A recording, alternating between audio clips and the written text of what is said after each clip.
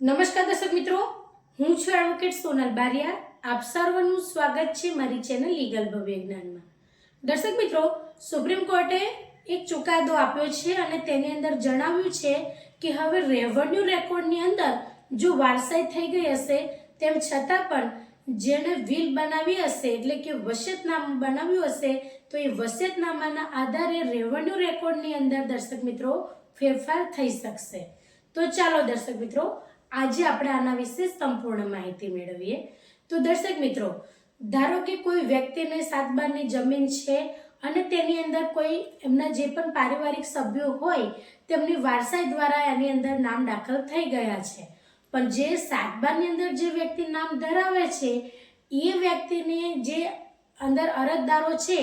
એ સંપૂર્ણ અરજદારોના નામમાંથી કોઈ એક વ્યક્તિ છે કે જેનું અવસાન થયું છે. તો હવે અવસાન થયા પછી જો વ્યક્તિએ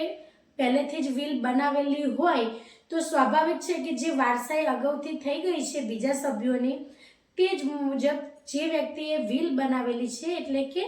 જે વસિયતનામું બનાવ્યું છે તેના આધારે દર્શક મિત્રો જે વારસાઈ થઈ છે તેની અંદર ફેરફાર થઈ શકે છે. કારણ કે જે વ્યક્તિએ વિલ બનાવી છે તેની અંદર તેમને કોનું નામ રાખેલું છે કે કઈ વ્યક્તિને આ જમીનની અંદર ભાગ મળશે, કઈ વ્યક્તિને આની અંદર નહીં મળે, એ રીતનું એમને જે તે વર્ણન કર્યું હોય તો એ વિલના આધારે ફેરફાર કરી શકાય છે. તો દર્શક મિત્રો, સુપ્રીમ કોર્ટ દ્વારા કહેવામાં આવ્યું કે જે રેવન્યુ રેકોર્ડ્સ છે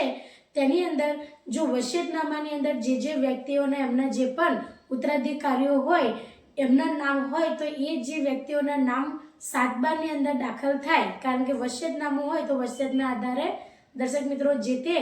જમીન હોય કે કોઈ પણ પ્રકારની મિલકત હોય તેની અંદર જે તે વ્યક્તિઓના નામ દાખલ થઈ શકે છે. મેં તમને માત્ર જે ખેતીનું ઉદાહરણ છે એ ખાલી તમારી જાણકારી માટે આપ્યું, પરંતુ આ જે ચુકાદો છે દરેક પ્રકારની પ્રોપર્ટી માટે લાગુ પડે છે કે કોઈ પણ પ્રકારની મિલકતમાં જો રેવન્યુ રેકોર્ડની અંદર તમારા પિતાજીએ જો કોઈ પણ પ્રકારની વિલ કે વસિયતનામું બનાવેલું હોય અને એ એમના અવસાન પછી તમારે જ્યારે એ જે વિલના આધારે રેવન્યુ રેકોર્ડ્સની અંદર દર્શક મિત્રો કોઈ પણ પ્રકારના ફેરફાર કરવા હોય તમારા નામને લઈને તો એ થઈ શકે છે. કારણ કે રેવન્યુ રેકોર્ડ્સની અંદર જે તે જૂના નામ હોય તો સ્વાભાવિક છે કે વિલ બનાવી છે તો વિલની અંદર જેટલા પણ તમારા ભાઈ બહેન હોય એમને અંદર કેટલો હિસ્સો મળવા પાત્ર રહે છે એ રીતનું એમને જે વર્ણન કરેલું હોય તે વર્ણનના આધારે તમારું રેવન્યુ રેકોર્ડની અંદર જેટલા નામ બોલતા હોય એ પ્રમાણે તમારું નામ પણ અંદર દાખલ થઈ શકે છે. એટલે વારસાઈ પણ થઈ ગઈ હોય જો તમારા કોઈ પણ બીજા જે કાકા છે કે કોઈ પણ બહેન છે કે ભાઈ છે કે એ બધાના દીકરા દીકરીઓના નામ પણ દાખલ થઈ ગયા હોય, પરંતુ જો જમીનની વાત હોય તો પછી એ વારસાઈ થયા પછી દર્શક મિત્રો આ જો તમારા પિતાશ્રીનું અવસાન થાય છે અને એમને વિલ જે બનાવી હોય તો વિલ તમે રજૂ કરીને રેવન્યુ રેકોર્ડ્સની અંદર તમારો જે હક હિસ્સો છે તેના આધારે એની અંદર ફેરફાર થઈ શકે છે. અથવા અન્ય કોઈ વ્યક્તિનું નામ દાખલ કરવાનું જો વિલની અંદર દર્શાવેલું હોય તો એ રીતના પણ તેની અંદર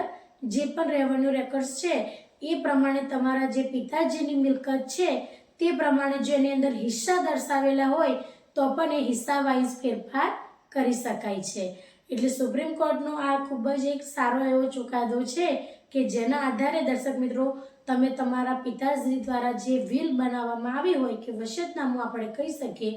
એ તમે રજૂ કરીને તમને જેટલો હિસ્સો મળવા પાત્ર છે એ હિસ્સા પ્રમાણેનો તમે રેવન્યુ રેકોર્ડની અંદર ફેરફાર કરાવી શકો છો. તો દર્શક મિત્રો, આજના માટે આટલું જ. જો વિડીયો સારો લાગ્યો હોય તો તેને લાઈક કરજો, શેર કરજો અને ચેનલને સબસ્ક્રાઈબ કરજો. જય હિન્દ, જય ભારત.